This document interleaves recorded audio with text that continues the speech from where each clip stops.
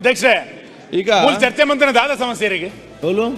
ಮೂಲ ಚರ್ಚೆ ಮಂತ್ರನ ದಾದ ಸಮಸ್ಯೆ ಬನ್ನಿ ఇంకా దాని సమస్య యాన్ పనులకు నిధులు దాని సమస్య అధ్యక్షరే ನೀವು ಐಡೆಟ್ ಬೋದು ಕೊಲ್ಲ ನಿಗ ಸಮಸ್ಯ